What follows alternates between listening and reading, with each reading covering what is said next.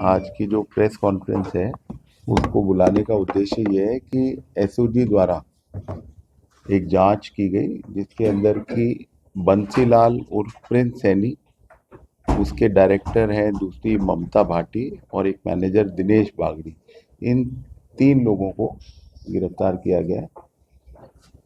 काफ़ी लंबे समय से एक प्रकरण भोपालगढ़ के अंदर और उसके आसपास के क्षेत्रों में चर्चित था, जिसके अंदर की स्कॉर्पियो देने की बात चल रही थी कि 5-6 लाख रुपए के अंदर स्कॉर्पियो को बांटा जाएगा। लगभग 200 स्कॉर्पियो देने की बात थी। और आश्चर्य की बात है कि इस तरह की चर्चा में जो वीडियोस देखने आए सामने एसओजी के सामने, उनमें 30-30 हजार व्यूअर्स ने उन वीडियोस को देख रखा था। और उस पूरे क्षेत्र में काफ़ी एक तरह से एक डिबेट चल रही थी कि ये ठगी कर रहा है या नहीं कर रहा है, और दूसरी तरफ से दावे हो रहे थे कि ये गाड़ियां बांटेगा। जबकि ये बहुत साधारण तरीके से समझा जा सकता था कि कोई डिपॉजिट्स नहीं ले सकता। जो बड्स एक्ट है उसके अंदर किसी भी प्रकार की कोई भी डिपॉजिट लेना, एक पर्टिकुलर लिस्ट है, उसी के जो लोग हैं वही लोग डिपॉजिट्स ले सकते हैं, बाकी कोई भी व्यक्ति डिपॉजिट्स नहीं ले सकता। ये simple case of buds act था। इसके साथ में जो इनके जो अकाउंट में जो पैसे थे और जो इनकी वेबसाइट थी, इनका जो काम करने का तरीका था, उससे बिल्कुल स्पष्ट था कि ये ठगी करने वाले थे। तो जब एसओजी की जांच हुई तो उसमें स्पष्ट था कि प्रिंस सैनी नाम का व्यक्ति जो है वो आम लोगों को ठग रहा है।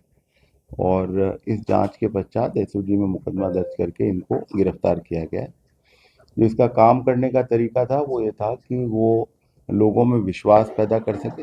इसके लिए बड़े बड़े आयोजनों में जाना, स्कूलों में जाना, डोनेशन जैसी चीज़ को सामने भी आई, जो जांच में सारी बात सामने आएगी। और बहुत सारा कैश में काम किया, कोई भी पैसे जो है अकाउंट्स के अंदर नहीं आ रहे थे। और जो लास्ट में अलार्मिंग चीज़ थी वो ये थी कि करीब 2360 रुपए की एक स्कीम चला दी, जिसके अंदर की एक सो कॉल्ड सोशल मीडिया के सर्विसेज का नाम दिया, जबकि वो ना तो वेबसाइट बनी हुई है, ना ऐप बनी हुई है, ना उसका कोई बेस है।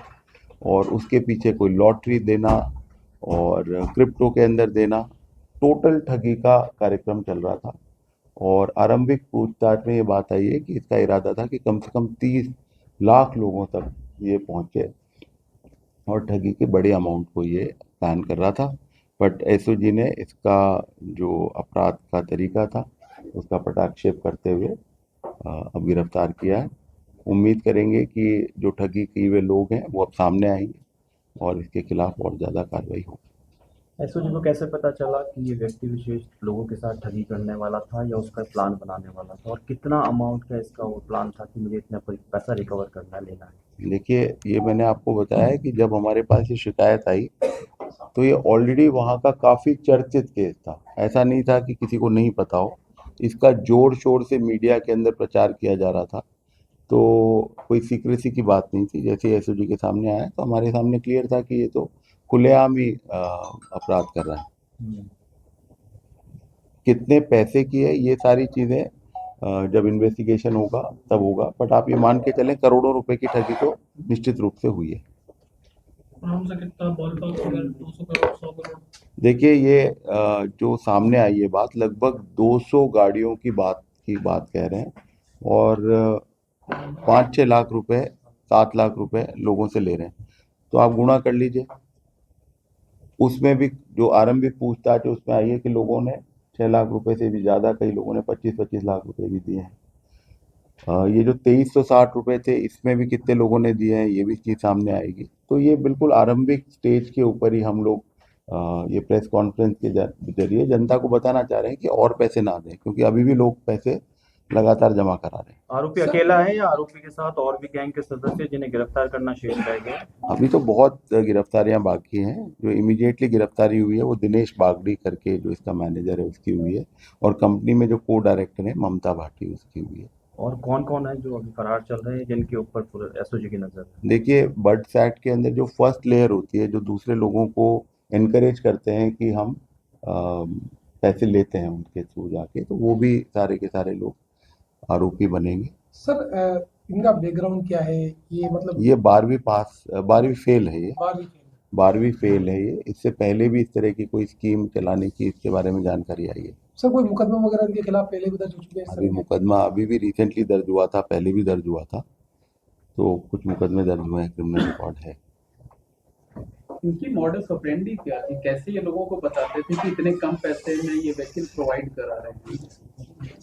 इनकी मोडस ऑपरेंडी ये थी कि इन्होंने ये भ्रमजाल फैलाया है कि इन्होंने अपने बिजनेस मॉडल से बहुत ज़्यादा पैसा कमा लिया है, और जो लोगों ने कैपिटल रेज करने में या कंपनी की सहायता करी, उनको ये फायदे के रूप में या एक रिवॉर्ड के रूप में इतना एक स्कॉर्पियो देंगे।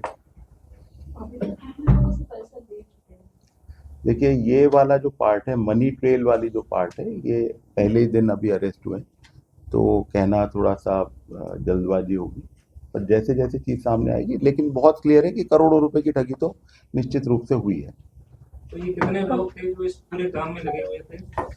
मैंने आपसे बताया कि ये कन्विंस कर रहा था लोगों को। अगर आप वीडियोस भी देखेंगे, जैसे आपके सामने ही, अगर आप लोग खुद ही एक सेकंड देखें, आप सिर्फ प्रिंस सैनी नाम से आप गूगल में सर्च कर लें, कितने तरह के वीडियोस और कितने तरह की बातें आपके सामने इमीडिएटली आ रही हैं। आप इनकी एक वेबसाइट देखेंगे, harvestAItechnology.com करके, इतनी बहुत ही साधारण सी वेबसाइट है। उसमें एक विदेशी नाम चेहरे के साथ में एक मैनेजर दिखा रखा है, उसके लिंक्स भी काम नहीं कर रहे हैं। ये बहुत ही साधारण वेबसाइट, और उसके बेसिस पे एआई का नाम यूज़ कर कर, तो ये कि एआई भी एक ऐसा एलिमेंट है जो कि आज की तारीख में ठगी के रूप में लोगों को लुभावित करता है कि साहब एआई का कुछ करें। आप लोगों ने 100